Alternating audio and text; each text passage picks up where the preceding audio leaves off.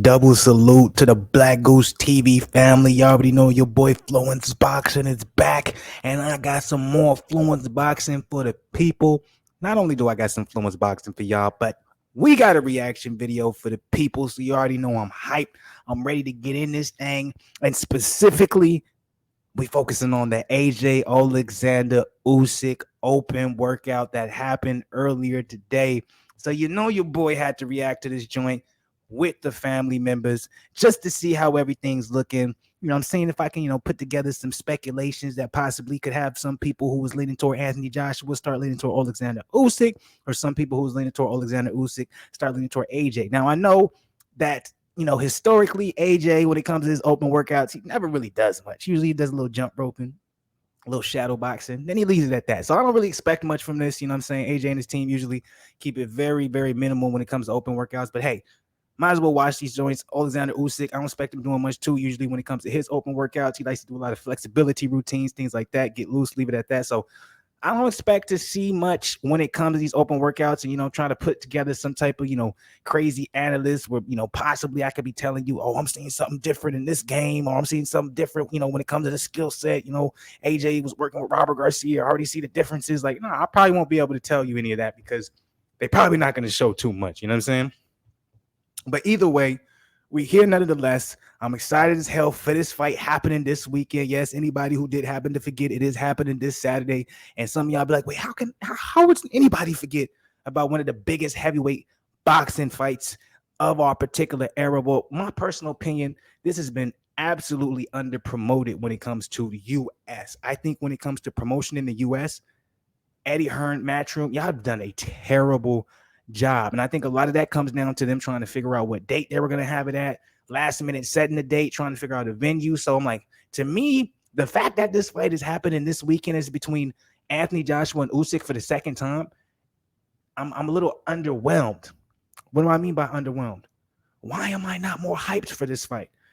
And I'm thinking to myself, and I'm asking myself that question. And I'm like, well, I'm not that hyped about this fight because, well, it hasn't really been promoted that much when it comes to over in the US side of the game. Like, I've seen more promotion for Canelo versus Triple G, and that's a whole month of white. You know what I'm saying? So, I get it when it comes to markets, etc. There's a rumor going around that supposedly Usyk versus Joshua still has not decided on a broadcasting pay-per-view network in the U.S. That they're going to use to show this particular fight. I don't know how true that is, but if that's the case, that kind of tells you they don't really give a fuck if America cares about this fight. And I kind of get it. Like, if you really think about it, if this fight ends up, say AJ beats Usyk, it's going to be the third fight, right? And the biggest fan base when it comes to this is going to be overseas. A lot of US, heads, they're not really going to be that interested in this fight other than the, hardcore boxing fans. Say Usyk wipes the floor with Joshua again. We have Usyk versus Tyson Fury next. That's going to be a lot bigger in the UK than it is America. So I think Eddie Hearn's kind of just looking at it. He's saying, well, we're getting a big bag having this happen, in Dubai or Saudi Arabia, wherever the case it may be. We don't really have to worry about the U.S. fans, but I already tried to break AJ into the U.S. fans market with the Andy Ruiz thing. That didn't really go the way I want.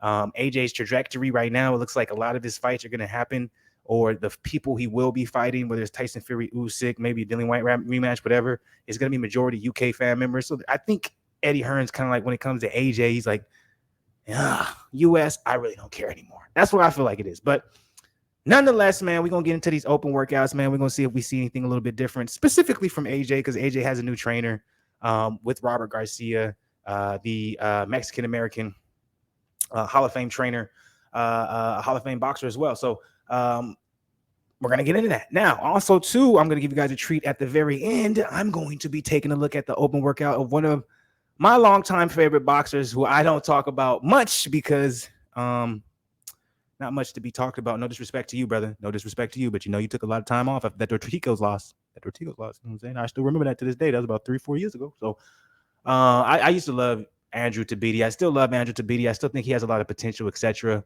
I still think he's fighting at a weight class that he shouldn't be fighting at. He should be fighting at a weight class under the cruiserweight. Either way, we're going to be looking at the open workout of Andrew Tabiti because he's also on this card. He's going to be fighting Tyrone Spong. It's going to be a fucking barn burner. I'm scared as hell for Tabiti. But we're gonna be watching that as well. You know what I'm saying? So, but first, I'm gonna do AJ. I'm gonna do Usyk. So, If you guys don't give a fuck about the Tabiti, you guys can just go ahead and cop out. And then, of course, I'll be clipping this particular video because it's going to be a little bit longer than usual. I'll clip this joint in sections so you guys can watch it individually tomorrow. So now, with all that being said, before we do get into these reactions to the open workouts, please show your boys some love. Go ahead and hit the like button below. Right next to the like button is the subscribe button. Of course, road to 5K. You already know, notification gang. Comment on this joint. Let me know what you guys think about this. Disagree with me on shit. Agree with me on shit. Be indifferent. Talk about something completely different. I don't give a fuck, man. Just give me an algorithm, man. Go ahead and comment on this joint. But let's get into these open workouts. Let's see if we can see anything that maybe I can give y'all a little, a little heads up on when it comes to the betting side of games. Go. And Anthony Joshua said yesterday, I can't go back to London until I've got those belts. Well, he gets that opportunity in just a few days' time. Just down the road from where we are now, Oleksandr Usyk and Anthony Joshua, all of those questions that we've been asking all week. To be honest, all of those questions that we've been asking since the first fight, they will be answered. Yeah, fascinating fight, really. The Ruiz rematch was a fascinating one. We were thinking, immediate rematch. What will his, mentality be like, psychologically? Will there be scars there? Will he be gunshot? We didn't know what to expect, but, he got the job done. He lost nearly. Correct me if I'm wrong, because I'm not an AJ fan, but I definitely love watching him fight. But is this the first time I ever seen him in an open workout shadow boxing? Y'all tell me if I'm wrong. I'm so used to him coming out, doing a little jump rope. Then he does some real slow ass shadow boxing, and then he gets the fuck up out of there. This is the first time I see him come in straight up, man. He's shadow boxing, but it's not even him doing slow ass shadow boxing. It seems like he's in tune. Nearly a stone in weight. And then he stops. I've been corrected. Sorry. Tied him up close, never got involved. Did what he had to do. He's going to hit mitts? This is completely different. That's As we different. said, it's literally roles reversed. He's got to go excited in. for this weekend. He's got to be aggressive. He's Kamaru got to take Usman chances. versus Leon Edwards 2. We're going to be Fluence Lounge for that. But we got this. That's why I said it was supposed to be a big combat sports weekend, man. Like if y'all watched the Adrian Broner video I dropped, I said it was supposed to be a big combat sports weekend. We see Broner back in the ring Saturday.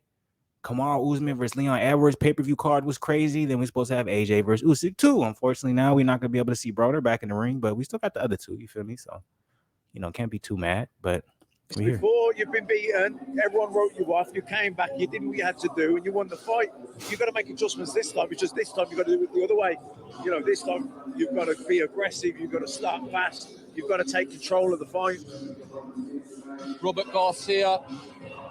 He's coached some brilliant fighters right up there. Mikey Garcia, you would think he'll probably be a future Hall of Famer. I looked, though, at the aggressive fighters that he... I posted on the community board, is Mikey Garcia a Hall of Famer? Majority of you guys said, no, he's not. He said he didn't have enough big fights.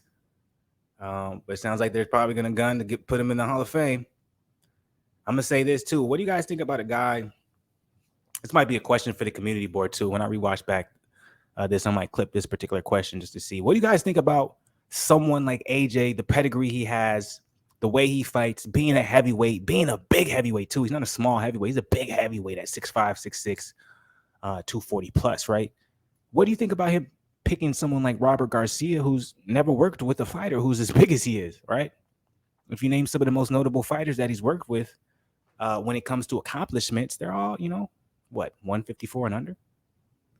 Is that something you want to keep in mind? Is that something that might be a problem? Or, Tyson Fury went to Sugar Hill Stewart, and he's known. His father was known for working with heavyweights, and then he passed it down to his son. So it only made sense. So do you guys think we should be wary about Anthony Joshua choosing a trainer who his most success has been with smaller weight class fighters? That's a question for you guys. Let me know. Had come out of that gym. You said yesterday Antonio Margarito. You had Marcus Maidana. I mean, you cannot get any more aggressive. No, and it's interesting, particularly Maidana, because when he took Maidana on, people was telling Robert Garcia, don't waste your time with him, he's finished. That you can draw comparisons to this one. I'm not saying everyone was saying don't train. Maidana was 147. Like AJ off coming into this fight saying Usyk will stop him. And all the rest of it. So I think Robert Garcia, he likes the challenge. He spoke with AJ. they spoke in depth. He had several conversations, and he liked what he heard. He thinks he wanted to know, does he still have the love for it? Does he still have the ambition? And he said that he was happy that he did have that, and he said he can work with him. And you'd think by Anthony Joshua taking himself out of a comfort zone, and I'm not saying that living up in Sheffield away from his family was any sort of comfort zone, but he was a world-class elite amateur in the Sheffield setup, and he stayed. All right, so I'm not going to take too much from this, guys. I know this is an open workout, but right off the bat, I'm seeing the differences. Y'all. Okay, so look, at the end of the day, Robert Garcia, Mexican-American, a lot of his style. And this almost reminds me of when Triple G changed from Abel Sanchez and he went over to Jonathan Banks. You saw in the mitt work the differences of how Triple G trained, using the head movement more, using the feet. But then when he got in the actual ring, it didn't translate, right? Jonathan Banks improved, or in Jonathan Banks' style, then it really showcasing Triple G's fighting ability in the actual ring until about 3 or 4 fights later, right? So right off the bat, when I'm looking at the mitt work from AJ, it's different than what I'm used to. In his previous main trainer, everything was very tight. It was tight and fundamentally sound. Throw the right shot. Throw the right shot. Throw the right shot. Block, cover up, stay here. If you're going to, have the little Philly shell going on, throw the right shot. Throw the right shot. Be very calculated. Think about everything you do. Now, I don't know anything about the UK side of the game when it comes to training wise, okay? But when it comes to American boxing, I'm not saying, African American trainers are the same as Mexican trainers, Cuban trainers. They're all different, but there's a distinct thing that you can point out when you see in mitt work or training when you say, "Oh, he's American-based trained." And what is it? In my personal opinion, flow, rhythm, looseness. There's one thing that Americans, regardless of the demographic you are, regardless of the culture you come from, the race you are, if there's something that I've seen from American boxers, they all want you to have a certain type of rhythm that you're comfortable with. You won't see that from a lot of UK boxers. Some UK boxers or UK trainers, you'll see they're more so focused on, we're drilling this, and this is what you have to be in. Russian boxers, that too. You know what I'm saying? Dmitry Bivol, excuse me. But right off the bat, I'm seeing a rhythm AJ is trying to pick up to be loose. That's why he's shaking his arms out. That's why you see after he throws everything, he'll shuffle his feet. I'm not confident in this because that tells me even though you're doing something new and you may not be thinking about what your next step is, which a lot of people probably felt like, or maybe in his camp felt like that's why Usyk was able to beat him because he thought about the next step. You're telegraphing certain things that Usyk will pick up on. And that's what I'm scared of. Going into this new style, yeah, you might feel more comfortable, feel more loose, feeling more rhythm. Be careful of the rhythm step. And the rhythm step, salute to Barry Robinson, it's not always the feet. Sometimes it's just tails. I'm going to throw a 1-2, but after I throw the 1-2, you'll notice every time, what do I do after the 1-2? I go boom, boom, and then I go. So my opponent, if they're smart enough, they're like, I know every time he throws the 1-2, he's going to slip, and he's going to back off. So guess what? Your opponent is going to plan for that and look for the next 1-2 and counter off of that. So that's the problem with switching to a new trainer, in my personal opinion. That one's never worked with a boxer your size. 2, stylistically is completely different than what you're used to. 3, you're basically learning from scratch. So that means you might be a skilled boxer, but you might make a rookie mistake because you're not used to training the way that you're training. And I'm kind of seeing this in this little open workout. Like I said, I'm not going to take too much from this. He's decided to decamp to Loughborough. Look at his feet. And then to I come want you out guys. You guys here see his weeks feet and right here? weeks in advance. Let me blow this up for you guys. Okay. And I want to make sure this is all coming in good for you guys, so you guys really see it. So I want you guys to look at his feet right here.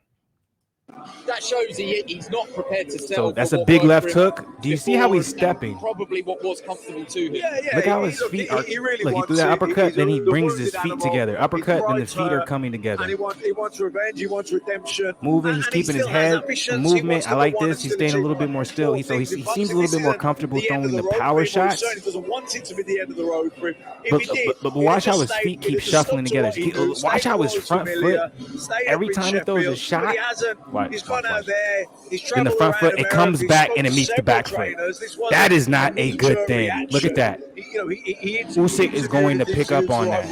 Lots of different. Usyk is going to pick up on that all day long. Joshua is throwing this, or he's throwing a 3-2, and rather than keeping his base, he's bringing his front foot back to his back foot because that's comfortable for him. I'm telling you, Usyk is going to pick up on that. That's not a good look. I don't like what I'm seeing from AJ. I actually think, from what I'm seeing right now, I think AJ is going to get beat worse Robert had to say to him, Robert liked what he had to in the say rematch. back to him. And they're both I think he's going to be humbled. gone really well. Unless he knocks Usyk out, which is still there. I I still think Joshua absolutely has the power to knock out Usyk. Speaking with Robert Garcia earlier, I do not like what I'm seeing. 70-30 fight in favor Watch of that front Usyk. foot, guys. Now having spoke to Robert He Garcia, looks I'm good. starting to think it's He's 64. loose. The jab looks good. The head movement looks good. But Just watch to address the front dynamic foot. here, the pad work is coming actually from Angel left hook Fernandez. That coming shouldn't be too much of a surprise. He was retained from the previous camp, renowned as looks a uncomfortable, brilliant guys. pad man, and that may I'm not a big fan of sound an what I'm insult saying. to some people, because people say, Jab pad two, man. and then look Sounds at that like an front foot insult. come back. Angel, a very good One. trainer of Richard Riakporhe and Kieran Malloy and other fighters in his own right. But Robert Garcia takes a step back here to observe. And he's just, you can't quite hear him, but he's just watching from afar, which is an interesting dynamic. Yeah, well, you see that. I'm not. Look. As well. I've seen lots of trainers. And I hear the commentators, and they're trying to figure out. It's very interesting because Garcia's kind of treating him like he's a new boxer, which I respect AJ for being able to be like, I'm learning everything. What I will say that I do like what I'm seeing, because I've been very critical right now. What I do like that I'm seeing from AJ is he's putting a lot more power in his shots than what I'm used to seeing. The rotation in his hips, the looseness of his shoulders, I haven't seen that before.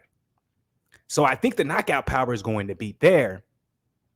The thing I'm skeptical about is his balance. If he can't land that big shot, will he be more vulnerable to counters because he's putting so much more into the shots? That's the question, guys.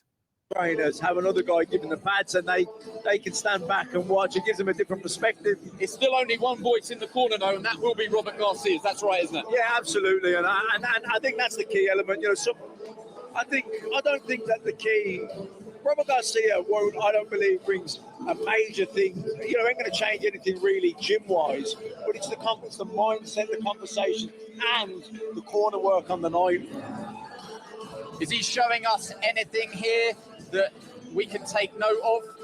I don't think so, but I've noticed it's all on the front foot. He's not moved around the ring, backing up here. He's holding the center of the ring, and and Anders, the guy doing covering the rounds. He's working doing the peripheral. It's AJ holding the center of the ring, and looking. They're working on body shots. Yeah, that was really interesting, wasn't it? Robert Garcia just broke the work there and just sort of feinted a shot to the body. I mean, the talk of tactics. I also realized too, he's a lot I already said this, but he's a lot more looser. That right hand is coming off a lot more powerful. He's really switching the shoulders with the right hand, but he's not dipping his knee down where he's putting all his power in it. He's making it more of it's like a quick type thing that's going on, which I think is going to be more beneficial for Joshua. I also do see him going back more to that traditional style that he started with in the beginning of his career. Obviously, because Robert Garcia, that's what he teaches his fighters. A lot of his fighters are high guard. Remember a little bit later in his career, he started utilizing that shoulder roll.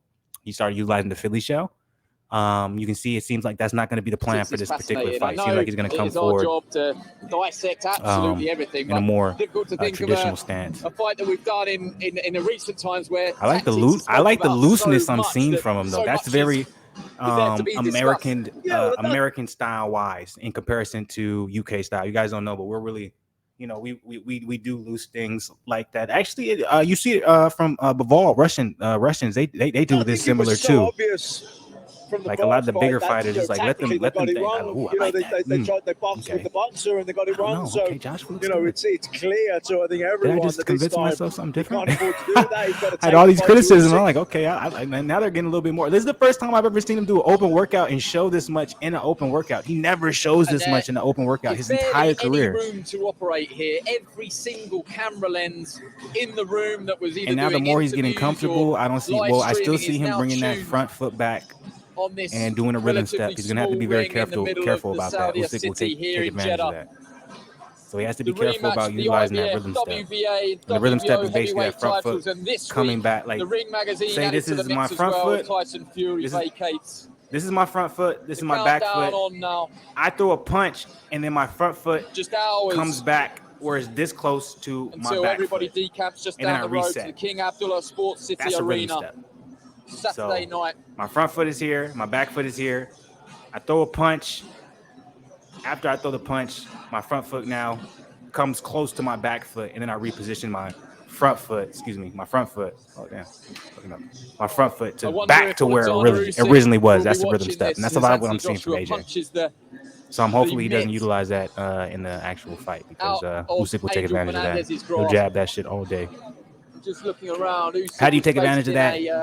Basically, you allow the fighter to throw his 1-2. You know, after the fighter throws the 1-2, he's going to want to readjust. He's going to bring that foot back and then bring it back so he feels comfortable. So basically, you allow the opponent to throw the 1-2, and then you know when that foot comes back, your opponent's not looking to throw anything. They're in the complete defensive mode.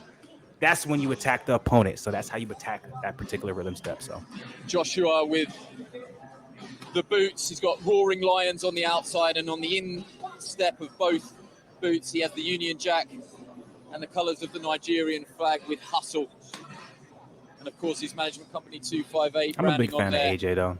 Not like a fan in the sense of like, oh, he's my favorite heavyweight boxer. No, I just really appreciate his work ethic, humbleness, willing to lose, come back, be vulnerable. He's a different breed of heavyweight that you don't see a lot, and I respect that.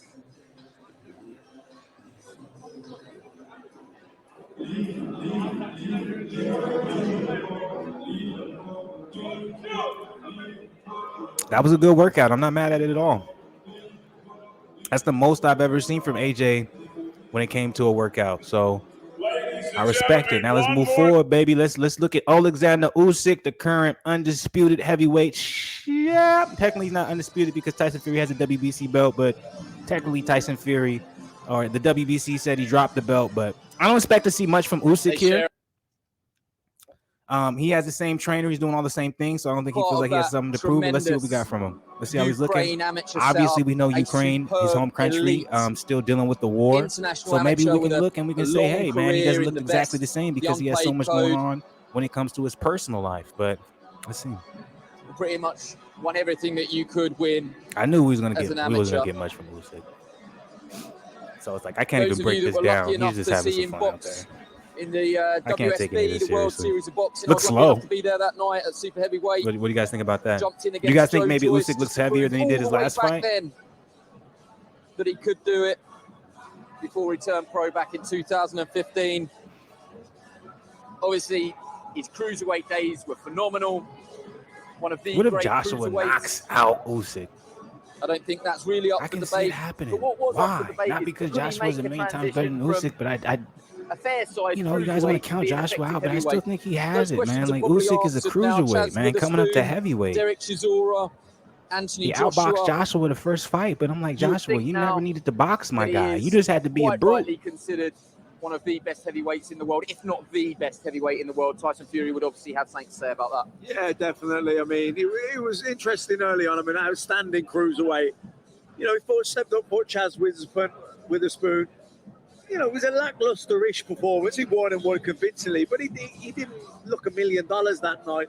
Then he fights Derek Chisora, was put on the... So that's all we really get from Usyk. We don't really get anything from Usyk. And I knew that was going to be the case for some reason. He got like 3 nickels on his as you like, as if it was ever going to fingers, and he's catching them when he throws the thing up. 4 nickels, actually. I respect it. That's absolutely amazing hand-eye coordination. We've seen that happen too when Lomachenko did it as well. Oh, he missed that one though. Look at my footwork though. I can still do all this. This nigga in here dancing on there, dropping coins, all type of shit. So I'm not gonna watch this. You know what I'm saying? But salute to Usyk. Do you think Usyk maybe is a little bit too confident? You've been an elite professional Look, he's not even getting all of them. He's trying to catch all four. You ain't catched all four. Come on, Us. How it manifests itself. I'm gonna give you one more chance before I go to Andrew Tabiti, man, because I'm gonna be breaking these up in segments, nigga. So I'm like, I gotta give you your little segment, because AJ, he's such a veteran. there it is. All right, good shit, boy. Big events, big fights, I could do that big though. occasions. At this stage, I might have to put that in the video. So Usyk ain't show his shit. He's been here many times before. It is what it is, man. The question might be, somebody say, hey, yo, is Usyk feeling himself a little bit? He's a little too confident. A lot of performance as well. You know what I'm saying? AJ, he went on a whole new journey. You feel me? He's just enjoying where he's at, and also he's got the to be like, yo, I'm finna come back and I'm gonna be different. I'm gonna show y'all I'm different. So y'all better respect it. It's Usyk like, yo, I already showed y'all what the work is, man. I don't know. But all right, we're gonna move on to the last part of the video, man. I had to do it, man. Andrew Tabiti, man. I've been such a fan of Andrew Tabiti since I was a young nigga. Since I was like 22, 21 years old. I really thought at this point Andrew Tabiti would definitely have held a belt. He would definitely be a big name, but you know what I'm saying? Things happen for a reason. He's back on this card with AJ Usyk. Actually, this whole entire card for AJ Usyk is fire, so I'm gonna have to make sure I'm right when it comes to influence lines because I don't want to miss too much of this. Andrew Tabiti is going. I'm gonna turn off this announcement because I don't give a fuck what they saying. I give a fuck what I'm saying. But he's going to be fighting Tyrone Spong, which actually I think is a very hard fight because that's a natural heavyweight, but he happens to be fighting him at cruiserweight. And one thing about Tabiti is, man, he's always had problems against anybody who's had power. Obviously, he only has 2 losses, I believe, or 1 loss, one against Dorticos and another one. You know, you see here, like, Tabiti's always been amazing on the mitt work, fast, all these type of things. But the problem that he's had at cruiserweight is he doesn't really have any power, fights on that back leg. And if he gets hit with somebody who has power, he doesn't really know how to take it. And I always said when it came to Tabiti as well, is that he's undersized for the cruiserweight division. Why is he not a light heavyweight? It doesn't even make any sense. But this is the first time he's seen Tabiti since the Dorticos loss. And I will give him this. And he's been in Anthony Joshua's camp for the last couple of years, being a sparring partner, training partner of him. I will give him this when it comes to right now. What I'm seeing here is he looks bulked up. This is the biggest I've seen Andrew Tabiti. He definitely looks right now like a cruiserweight, but to me, he still doesn't look like a natural cruiserweight. He still looks like a light heavyweight to me. So Tyrone Spong is a natural cruiserweight. Actually, he was fighting at heavyweight before this fight. So this is a dangerous fight for Tabiti. Tabiti can easily outbox Spong, but Spong's power, man. If Spong catches him, we might see a Dorticos. You know what I'm saying? Dorticos, same situation. Well, yeah, I probably don't even know what I'm talking about because a lot of y'all niggas don't know shit about boxing, but I like what I'm seeing from Andrew Tabiti right here, but at the same time, I'm not going to get overhyped because I haven't seen my guy in a minute. I just got to watch the fight, and I'm going to definitely be watching that fight. We're going to be on the Fluence Lounge side of the game for sure for this. But I like what I'm seeing. He's still fast, still doing his thing. He's still using that Philly shell, which I think sometimes maybe you want to go ahead and get out of that Philly shell, especially when you're talking about some of the power at cruiserweight, especially when it talks about you being a little bit undersized at cruiserweight. Maybe the Philly shell was cool to have at some points, but sometimes you want to go into that traditional boxing stance because – you know, you don't always want to feel like you have to be in a position where you got to roll or you have to counter a shot. Sometimes maybe you want to stand right in front of somebody, catch it on your gloves and be able to angle out. And I feel like that's a big benefit for a guy like Tabiti who has great feet, great understanding of range, great understanding of distance, a great jab. But I feel like, you know, him coming up, you know, in the TMT camp, you know what I'm saying, Floyd Mayweather Sr. being his main guy, like he's just, that Philly shell is indoctrinating into him. Like he doesn't know anything else but that. He can go back to the old shit, but at the end of the day, he's always going to resort to the Philly shell. So I'm just hoping that doesn't end up being his downfall when it comes to this Tyrone Spong match, because I know he's a better boxer than Tyrone Spong. I know he's faster. I know he's more athletic. I know he's been in the game longer. He's more skilled. He has more IQ. But, you know, at the end of the day, Tyrone Spong is a fucking beast. And he has power in both hands. And if he catches Andrew Tabiti, it's something that Tabiti's going to have to deal with throughout the entirety of those rounds. And he hasn't had the greatest success. So, and that's not me knocking Tabiti because Tabiti still has an amazing record, only have 1 loss. So I'm not trying to shoot on him or nothing like that. I just understand that there's some things that can be unfortunate for Tabiti in this particular fighting against Tyrone Spong. So I'm gonna leave it at that. I'm not gonna go too crazy. I told you it's gonna be a little bit longer than usual. We at 30 minutes. You feel me? I'm going to be clipping this up into sections. tomorrow, so you guys can watch the shorter version if you guys don't want to watch this entirety of it. So I appreciate anybody who watched the entirety of it or gets halfway through it, whatever the case may be. But just know I'm gonna be dropping the clips for this joint tomorrow. Much love to the people as always. Let me know what y'all think about anything I said. Hit the like button, subscribe to the channel, man. Road to 5K before the end of the year. Notification gang as always. Much love to the people. I'm the Arnold Schwarzenegger side of the game, man. I'll be back, but with more boxing. Stay blessed, not stressed. Much love to the people. You already know who it is. Fluence Boxing. I'm